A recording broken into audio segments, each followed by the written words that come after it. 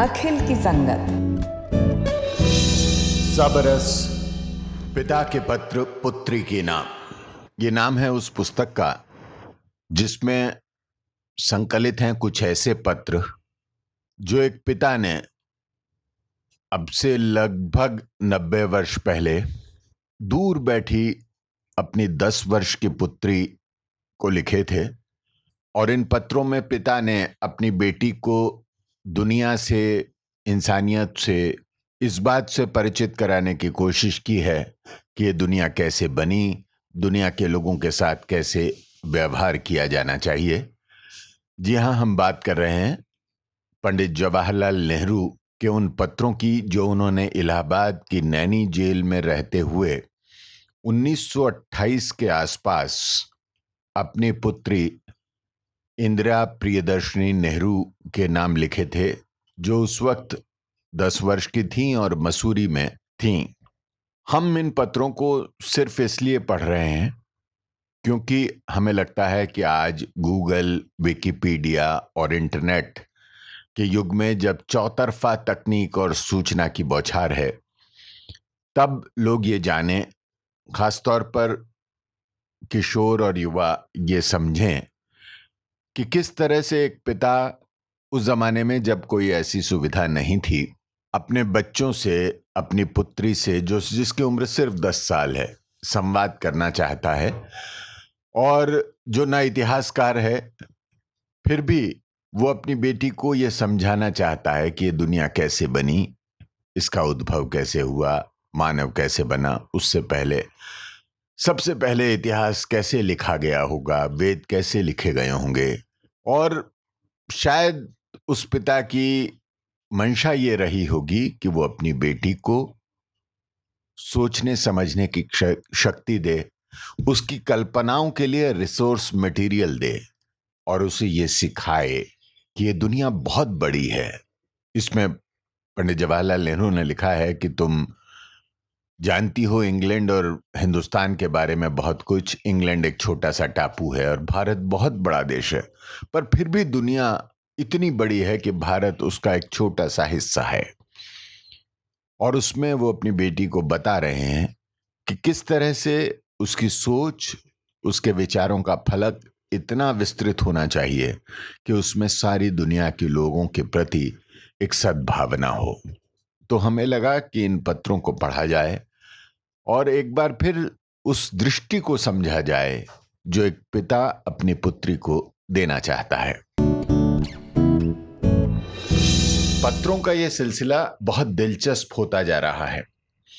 पहले 14 पत्रों में पिता जवाहरलाल नेहरू अपनी बेटी इंदु को जमीन की उत्पत्ति से लेकर जानदार चीजों, पेड़ पौधों, जीवों, समुद्री जीवों, जानवरों, चौपायों और फिर मानव की उत्पत्ति तक का हाल बहुत दिलचस्प ढंग से बताते रहे।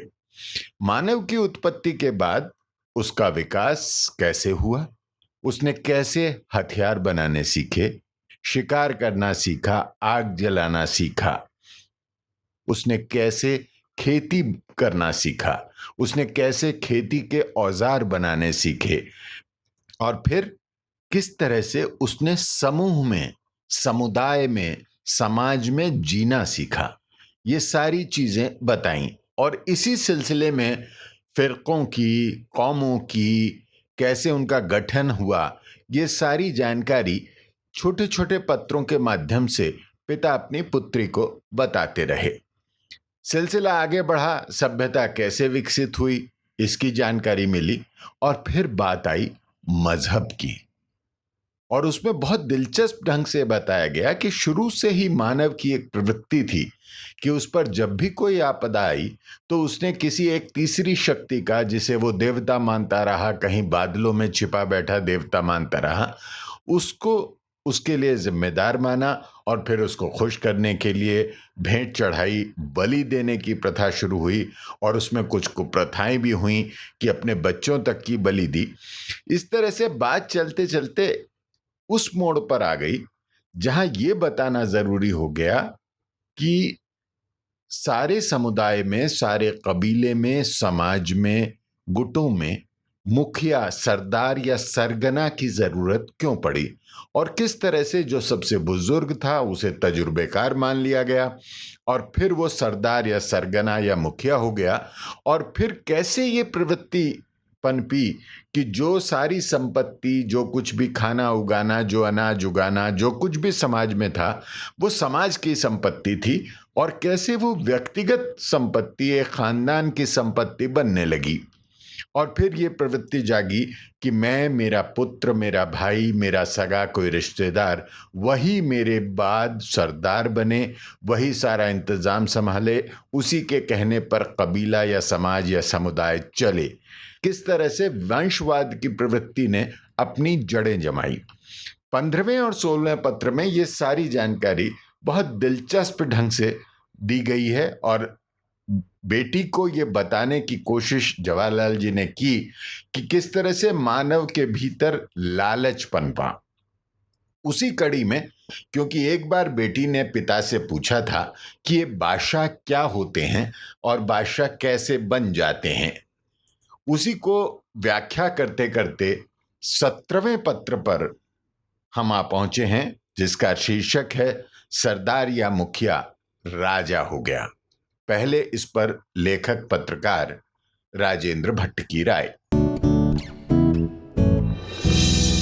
दादी नानी बड़ों सयानों से सुनी राजाओं की कहानियों में अक्सर उनकी शान शौकत, उनकी रानियों दासियों, उनके हाथी घोड़ों पालकियों और मन मर्जी की मारकाट के चर्चे होते हैं। पर नेहरू जी तो बुनियाद से बात आगे बढ़ाते हैं कि आखिर राजा बने कैसे। 17वें पत्र पे यही बात आगे बढ़ती है। नेहरू जी बताते हैं कि पुरुष सरदार के लिए अंग्रेजी शब्द पैट्रियार्क लैटिन भाषा के पीटर शब्द से निकला, यानी पैट्रियार्क कबीले का सयाना या पिता जैसा था। तभी तो यूरोप में अपने देश को फादरलैंड कहा जाता है, यानी पिता की मिल्कियत। यहाँ नेहरू जी एक मासूम सा सवाल करते हैं कि अपने यहाँ तो देश को संस्कृत नाम मातृभूमि से जाना गया है, यानी माँ का घर, तो बेहतर क्या है। नेहरू उत्तर इंदिरा पर छोड़ देते हैं, पर इंदिरा तो समझ ही गई होगी कि माँ के घर से ज्यादा अपना भला क्या हो सकता है। ये सवाल तो बस स्त्री को सम्मान देने का पाठ पढ़ाने का एक तरीका है। नेहरू बताते हैं कि समाज की संपत्ति पर खानदानी कब्जा करने के बाद सरदार धीरे धीरे राजा बन गया। वो दिल से भी मानने लगा कि उसके समाज, उसके देश में सब कुछ उसी का है। फ्रांस के एक बादशाह ने तो ये भी कह डाला कि वही देश है। राजा भूल गया कि उसे समाज की सेवा के लिए बनाया गया था। अब तो वह समाज को ही अपना सेवक समझने लगा।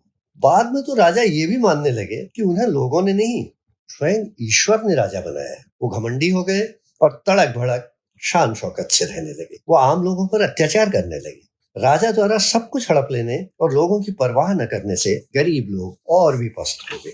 पर बर्दाश्त की भी तो हद होती है। अनेक समाजों में राजाओं के खिलाफ विद्रोह होने लगे। इंग्लैंड में ऐसे विद्रोह हुए। फ्रांस की क्रांति में राजा और सम्भ्रांत जनों का सफाया हो गया। नेहरू याद दिलाते हैं कि कुछ ही साल पहले रूस के लोगों ने क्रांति करके अपने बादशाह यानी जार का तख्ता पलट दिया। अनेक देशों में राजाओं का जमाना लद गया। ये सारे देश लोकतंत्र बन गए, जहाँ जनता अपने नेता चुनती है और कोई खानदानी राजा नहीं होता। इंग्लैंड में भी लोकतंत्र है, राजा बस सम्मान के लिए है। नेहरू जी ये भी बताते हैं कि भारत में भी कई राजा महाराजा नवाब है, तड़क भड़क से रहते हैं, लेकिन उनकी शान शौकत का खर्च कहाँ से आता है? वो खर्च तो आम लोगों से मिले टैक्स से ही आता है। तो क्या टैक्स का ये पैसा उन लोगों की भलाई, उनके लिए स्कूल, अस्पताल और लाइब्रेरी खोलने पर खर्च होता है? बिल्कुल नहीं, बल्कि इसी खर्च से तो राजा की फिजूल खर्ची, शान शौकत होती है। ये राजा भी तो खुद को जनता का मालिक समझने लगते हैं और जनता गरीब फटेहाल बनी रहती है। मुखिया राजा हो गया। बूढ़े मुखिया ने हमारा बहुत सा वक्त ले लिया, लेकिन हम उससे जल्द ही फुर्सत पा जाएंगे, या यूं कहो उसका नाम कुछ और हो जाएगा। मैंने तुम्हें यह बतलाने का वादा किया था कि राजा कैसे हुए और वो कौन थे, और राजाओं का हाल समझने के लिए पुराने जमाने के मुखियाओं या सरदारों का जिक्र जरूरी था। तुमने ताड़ लिया होगा कि यही मुखिया बाद को राजा और महाराजा बन बैठे। पहले वो अपनी जाति का अगुआ होता था। अंग्रेजी में उसे पैट्रियार्क कहते हैं। पैट्रियार्क लैटिन शब्द पेटर से निकला है, जिसके माने पिता के हैं। पैट्रिया भी इसी लैटिन शब्द से निकला है जिसके माने हैं पितृभूमि। फ्रांसीसी में उसे पात्री कहते हैं। संस्कृत और हिंदी में हम अपने मुल्क को मातृभूमि कहते हैं। तुम्हें कौन सा शब्द पसंद है? जब मुखिया की जगह मौरूसी हो गई या बाप के बाद बेटे को मिलने लगी तो उसमें और राजा में कोई फर्क नहीं रहा। वही राजा बन बैठा और राजा के दिमाग में यह बात समा गई कि मुल्क की सब चीजें मेरी ही हैं। उसने अपने को सारा मुल्क समझ लिया। एक मशहूर फ्रांसीसी बादशाह ने एक मर्तबा कहा था, मैं ही राज हूं। राजा भूल गए कि लोगों ने उन्हें सिर्फ इसलिए चुना है कि वे इंतजाम करें और मुल्क की खाने की चीजें और दूसरे सामान आदमियों में बांट दें। वे ये भी भूल गए कि वे सिर्फ इसलिए चुने जाते थे कि वो उस जाति या मुल्क में सबसे होशियार और तजुर्बेकार समझे जाते थे। वे समझने लगे कि हम मालिक हैं और मुल्क के सब आदमी हमारे नौकर हैं, जबकि असल में वे ही मुल्क के नौकर थे। आगे चलकर जब तुम इतिहास पढ़ोगी तो तुम्हें मालूम होगा कि राजा इतने अभिमानी हो गए कि वे समझने लगे कि प्रजा को उनके चुनाव से कोई वास्ता ही न था। वे कहने लगे कि हमें ईश्वर ने राजा बनाया है। इसे वे ईश्वर का दिया हुआ हक कहने लगे। बहुत दिनों तक वे ये बेइंसाफी करते रहे और खूब ऐश के साथ राज के मजे उड़ाते रहे और उनकी प्रजा भूखों मरती रही। लेकिन आखिरकार प्रजा इसे बर्दाश्त न कर सकी और कुछ मुल्कों में उन्होंने राजाओं को मार भगाया। तुम आगे चलकर पढ़ोगी कि इंग्लैंड की प्रजा अपने राजा चार्ल्स प्रथम के खिलाफ उठ खड़ी हुई थी और उसे हरा दिया और मार डाला। इसी तरह फ्रांस की प्रजा ने भी एक बड़े हंगामे के बाद ये तय किया कि अब हम किसी को राजा नहीं बनाएंगे। तुम्हें याद होगा कि हम फ्रांस के कॉन्सियरजेरी कैद खाने को देखने गए थे। तुम हमारे साथ थी ना? इसी कैद खाने में फ्रांस का राजा और उसकी रानी और लोग रखे गए थे। तुम रूस की राज्य क्रांति का हाल भी पढ़ोगी, जब रूस की प्रजा ने कई साल हुए अपने राजा को निकाल बाहर किया, जिसे जार कहते थे। इससे मालूम होता है कि राजाओं के बुरे दिन आ गए और अब बहुत से मुल्कों में राजा हैं ही नहीं। फ्रांस, जर्मनी, रूस, स्विट्जरलैंड, अमेरिका, चीन और बहुत से दूसरे मुल्कों में कोई राजा नहीं है। वहां पंचायती राज है, जिसका मतलब यह है कि प्रजा समय समय पर अपने हाकिम और अगुआ चुन लेती है और उनकी जगह मौरूसी नहीं होती। तुम्हें मालूम है कि इंग्लैंड में अभी तक राजा है, लेकिन उसे कोई इख्तियार नहीं है, वो कुछ कर नहीं सकता। सब अधिकार पार्लियामेंट के हाथ में है, जिसमें प्रजा के चुने हुए अगुआ बैठते हैं। तुम्हें याद होगा कि तुमने लंदन में पार्लियामेंट देखी थी। हिंदुस्तान में अभी तक बहुत से राजा, महाराजा और नवाब हैं।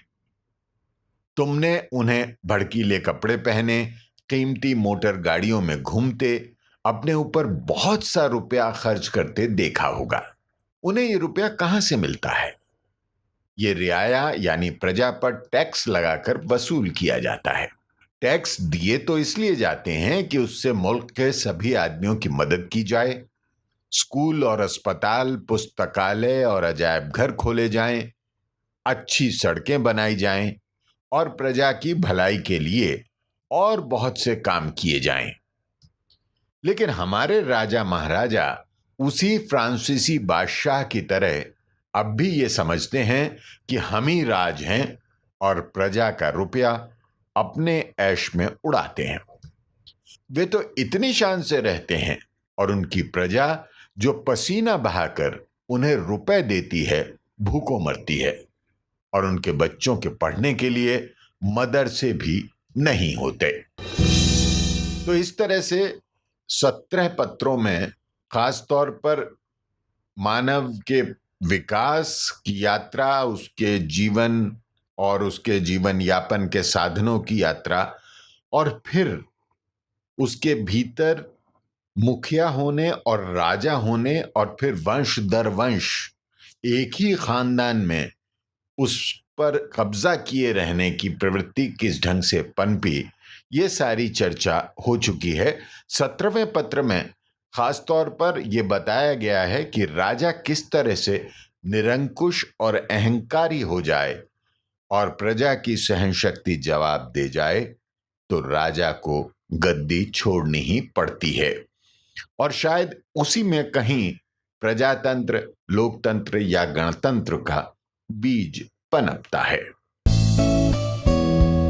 तो ये सिलसिला आगे जारी रहेगा। सुनते रहिए पिता के पत्र पुत्री के नाम। सब रस में नमस्कार। अखिल की संगत YouTube चैनल पर आप और भी बहुत कुछ सुन सकते हैं।